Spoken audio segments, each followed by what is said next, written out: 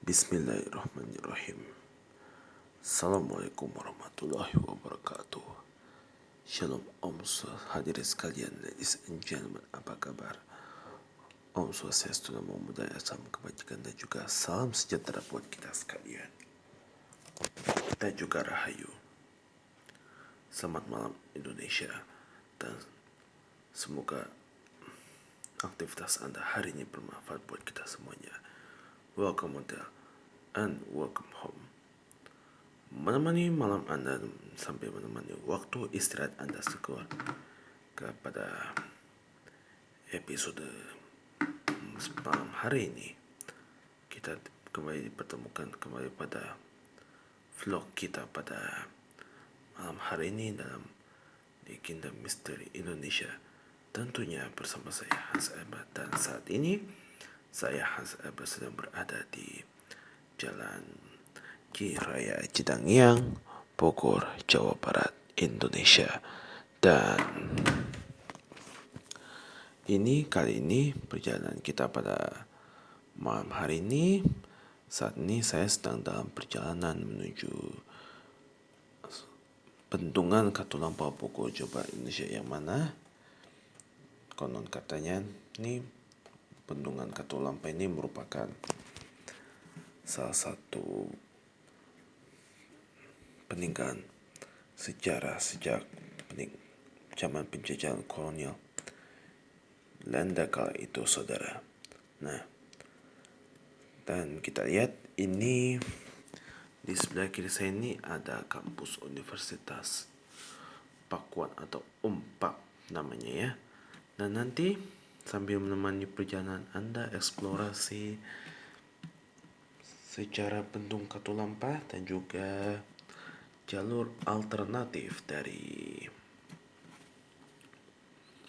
sini menuju arah puncak, khususnya bagi pengendara motor, sepeda motor roda 2 yang mau melewati puncak via Bendungan Katulampa, sekaligus mengeksplorasi tentang sejarah asal-usul berdirinya Bendungan Katulampa seperti apa.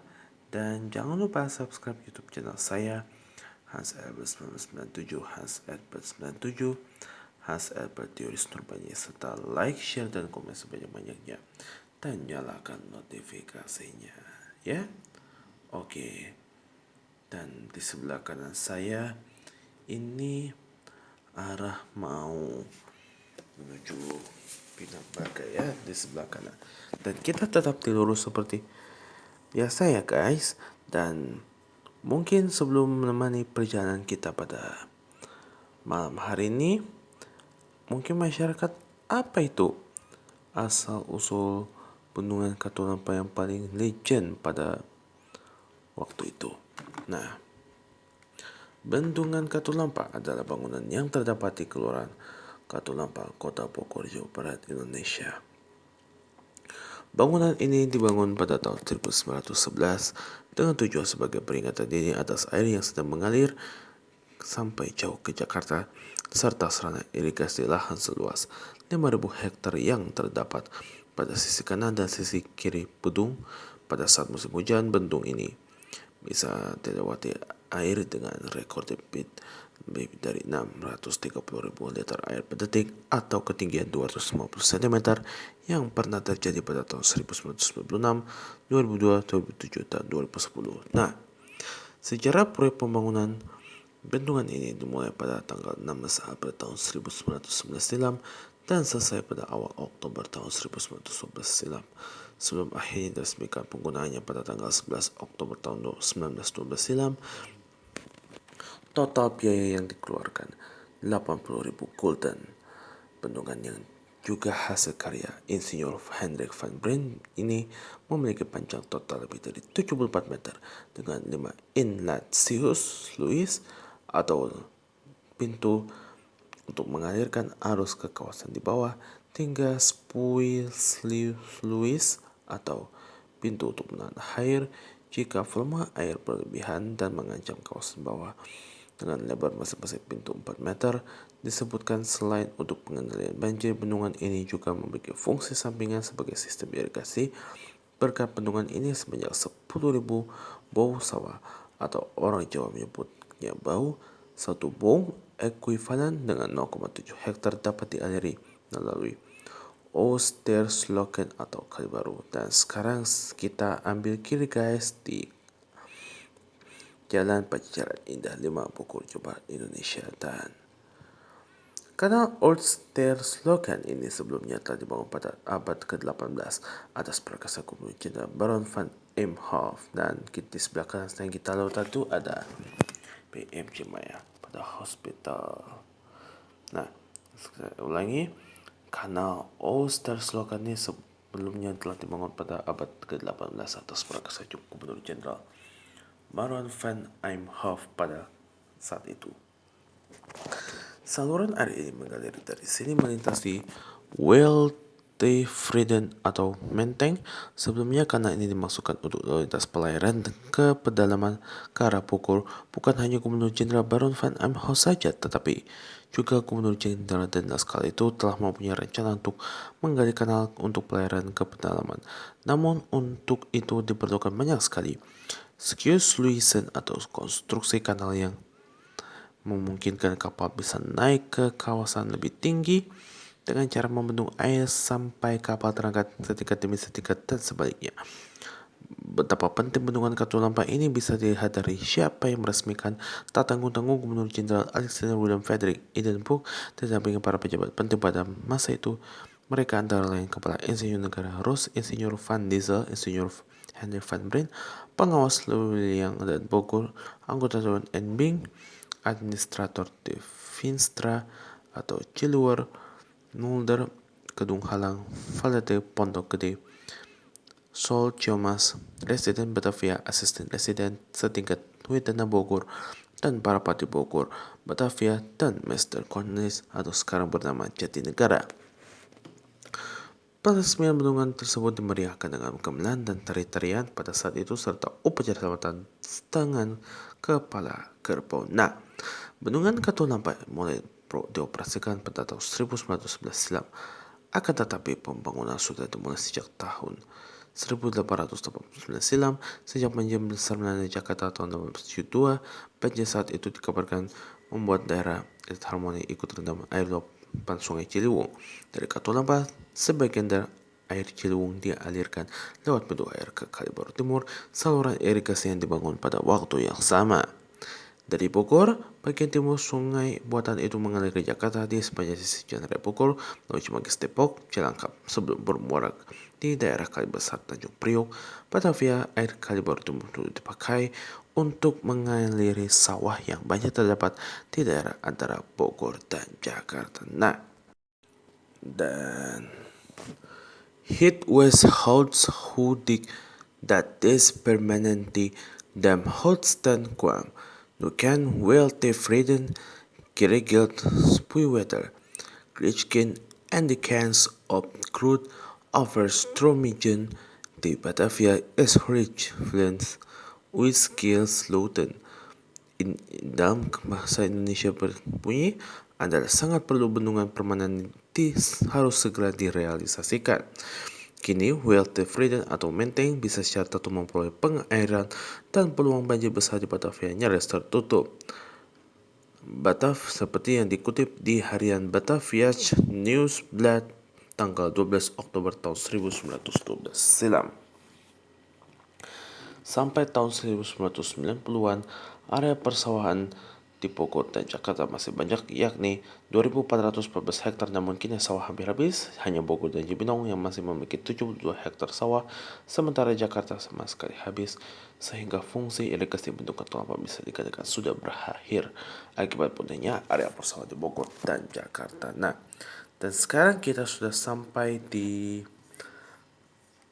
arah Jalan Katulampa, Bogor, Jawa Barat, Indonesia. Dan di sebelah kanan saya ini ada area destinasi wisata yaitu Taski Katulampa namanya. Nah, bisa kita lanjutkan kembali pembahasannya seperti apa. Fungsi irigasi dan informasi sistem dini banjir. meliputi 3 fungsi. Sistem yaitu fungsi irigasi. Sistem irigasi Oors di Slogan ini merupakan sistem irigasi tertua yang dibangun oleh Belanda kala itu di bumi Nusantara, khususnya Pulau Jawa, sekaligus sebagai sistem irigasi sangat signifikan. Sebelumnya raja-raja yang berkuasa di Nusantara ini belum ada yang membangun sistem irigasi sedemikian rupa. Hanya ada saluran-saluran air kecil dari sumber air di pegunungan atau perbukitan yang dibuat untuk mengairi sejumlah terbatas sawah-sawah di lembah dan sepanjang kaki pegunungan. Dalam literatur dan inskripsi Jawa juga tak pernah disebutkan mengenai karya irigasi pada skala sangat bermakna.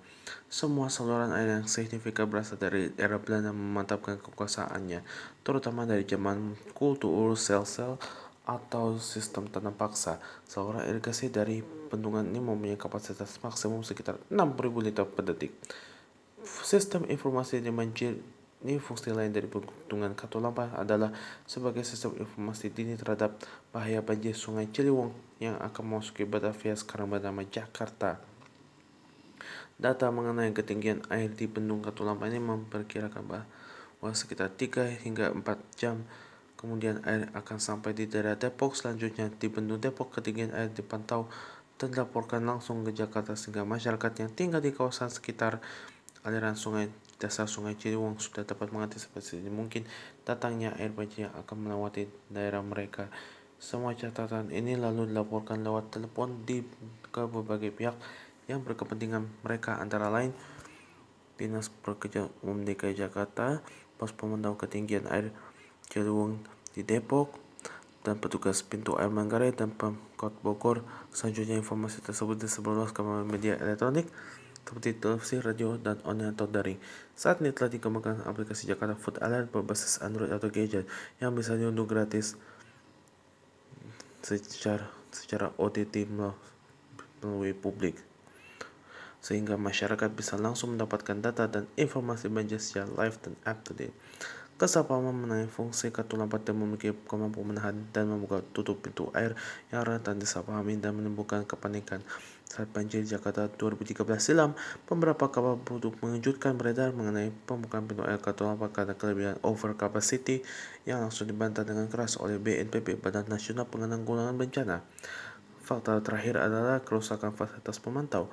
Awalnya telah dibangun sistem pemantauan kondisi bendung Katulampa melalui pesan singkat di telepon genggam, sehingga masyarakat bisa memperoleh informasi mengenai Katulampa dengan cepat dan tepat. Namun sistem ini mengalami kerusakan selama banjir Jakarta tahun 2013 yang lalu. Hal ini diperparah dengan rusaknya fasilitas rekaman kamera CCTV, sehingga harus dilakukan pengamatan pada sebelah mata langsung untuk bisa mengetahui ketinggian air.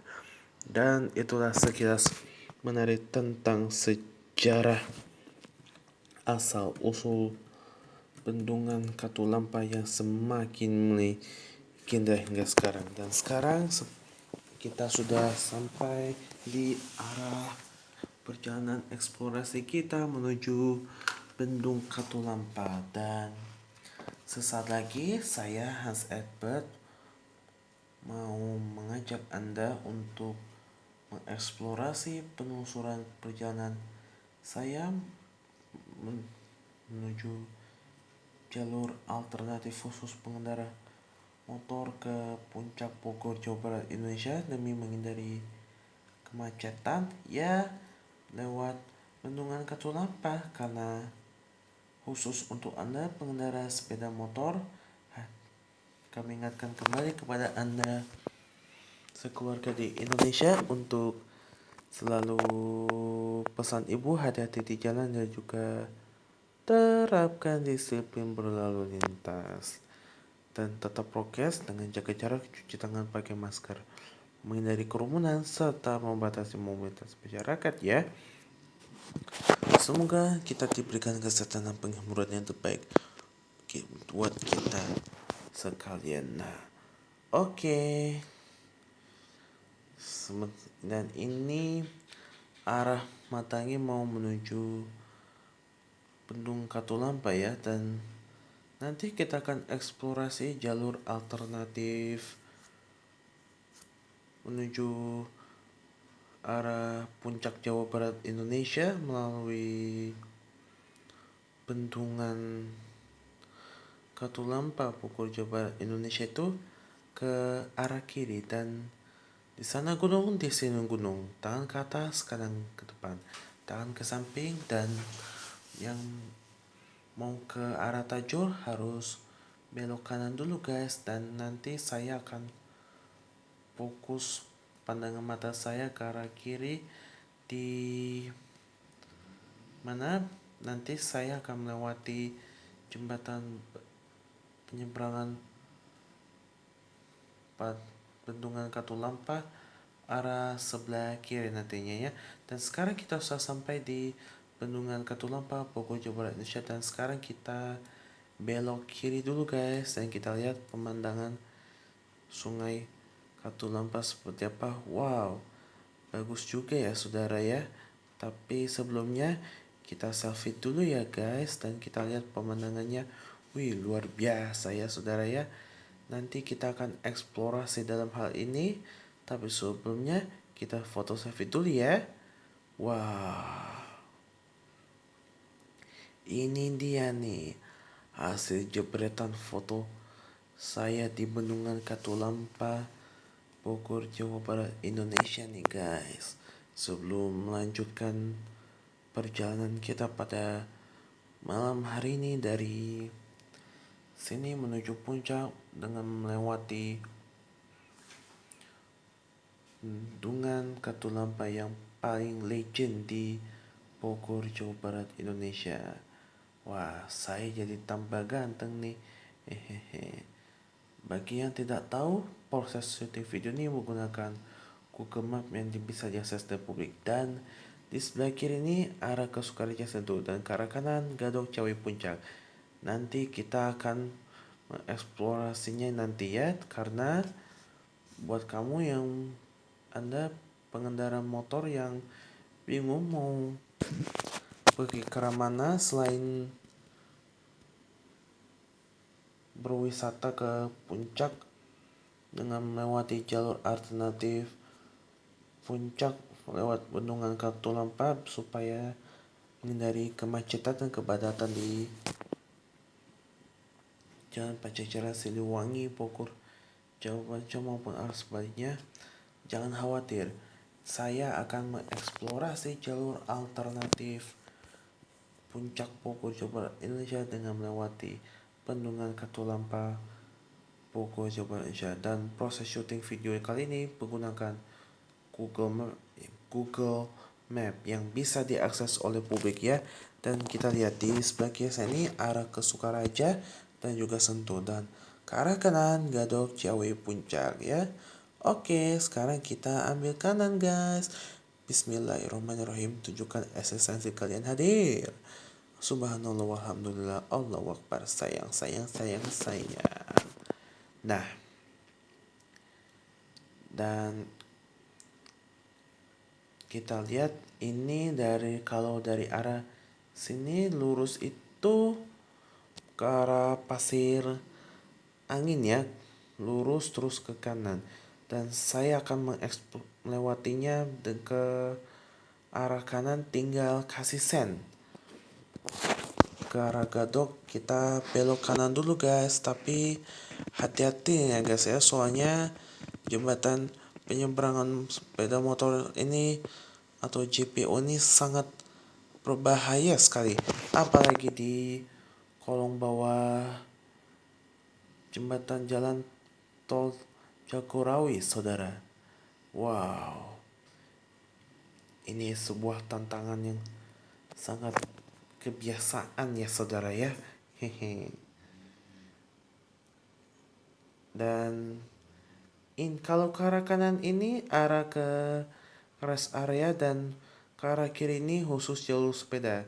Saya dan warga sekitar pun menggunakan jalur sepeda motor nih. Dan biasanya kalau pas di jam sibuk atau di jam hari kerja ini kan biasanya pengendara motor nih biasanya lewat sini ya tiap hari pagi-pagi, tiap hari Senin. Hehehe. Gak apa-apalah, mumpung ada kesempatan ya, lumayan deh, rezeki nomplok dong ya. Hehehe.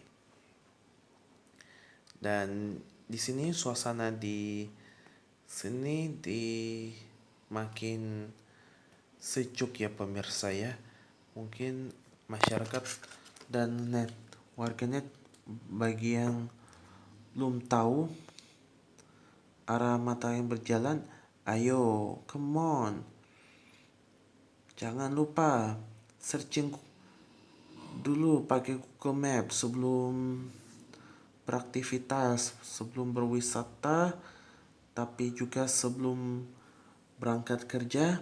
Tinggal pasang Google Map terlebih dahulu nih, seperti HP saya pegang sebelumnya ya. Dan kita lihat ini dipenuhi area terbuka hijau nih guys.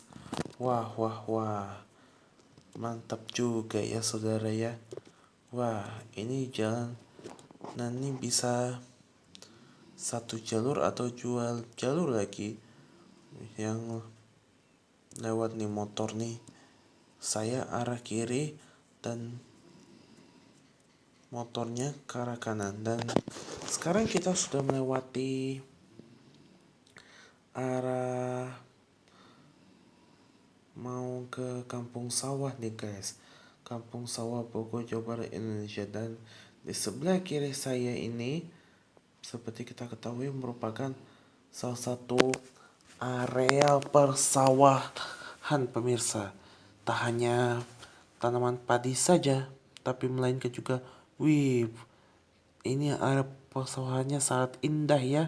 Selain sawah ada kebun jagung, singkong, banyak lagi tanaman-tanaman pangan di sana. Lumayan ya saudara ya. Hehehe. Siapa dulu dong? Hehehe. Kan ada saya. Hehehe. Dan ini arah kiri ini, wow. Ini ada kantor pusat pendidikan dan pelatihan aparatur sipil negara atau ASN namanya ya. Dan hati-hati ya guys. Di sini biasanya malam-malam gini nih, biasanya pas mau pulang kerja, mas, sedikit kadang-kadang kasus kriminalitas di jalanan ini makin rawan nih pemirsa ya. Tapi kita harus tetap waspada nih guys. Kita harus berserah diri kepada Maha Kuasa ya. Kurang aja nih motor orang nih yang kita lewat tadi ini. Ayo dong pak, cabut dulu mayatmu dulu, baru lewat. Hehe. Dan sekarang kita sudah berada di arah mau menuju arah Gadok, Puncak, Bogor, Jawa Barat, Indonesia pemirsa. Dan kita masih tetap lurus tapi tetap stay tune terus dan tonton video ini sampai selesai ya saudara ya. Karena di video kali ini akan banyak sekali momen-momen paling seru abis dan juga sok jago tentunya ya. Karena saya akan tetap kemana arah matanya berjalan dan saya yakin itu bisa terjadi di tempat Anda, sekitar Anda sekeluarga di Indonesia.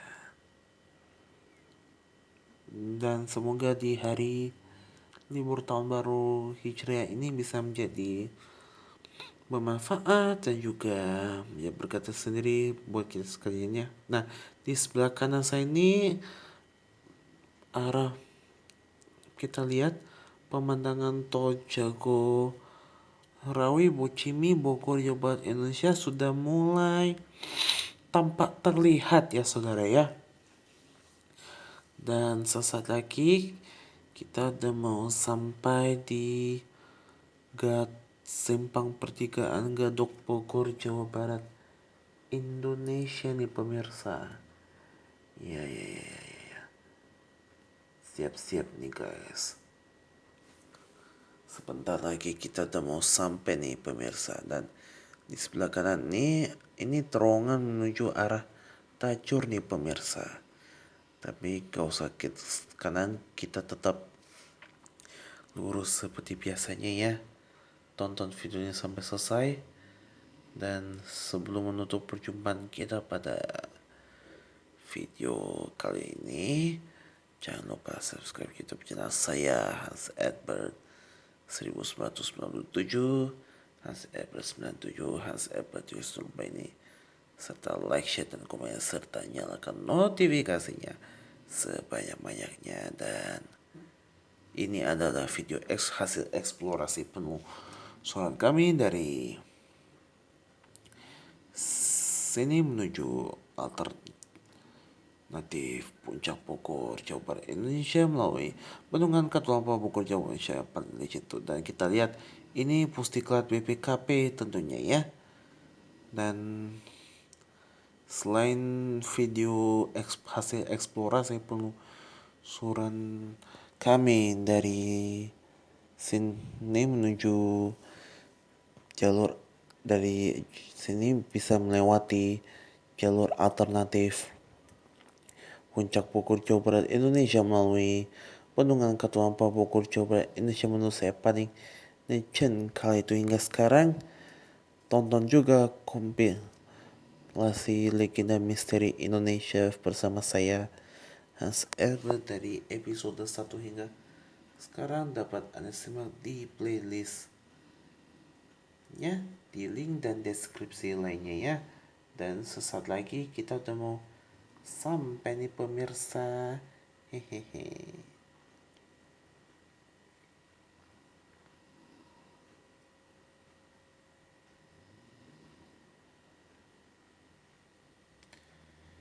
Iya.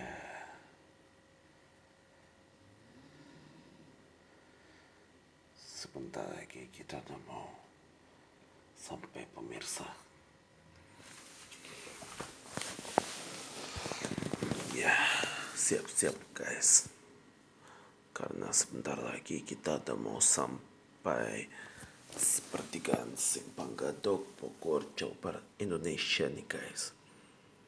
Iya, udah sampai pemirsa. Hehehe. Akhirnya ternyata sebuah mimpi menjadi kenyataan ya pemirsa. Hehehe. Terima kasih Tuhan, karena akhirnya mimpiku terwujud juga ya saudara ya. Hehe. Dan kita lihat suasana di kawasan pertigaan Simpang Gadok, Bogor, Jawa Barat, Indonesia terpantau makin lengan ya pemirsa ya. Dan sebelum menutup, kita foto selfie dulu ya guys. Dan sampai di sini dulu kebersamaan kita di vlog kita pada malam hari ini.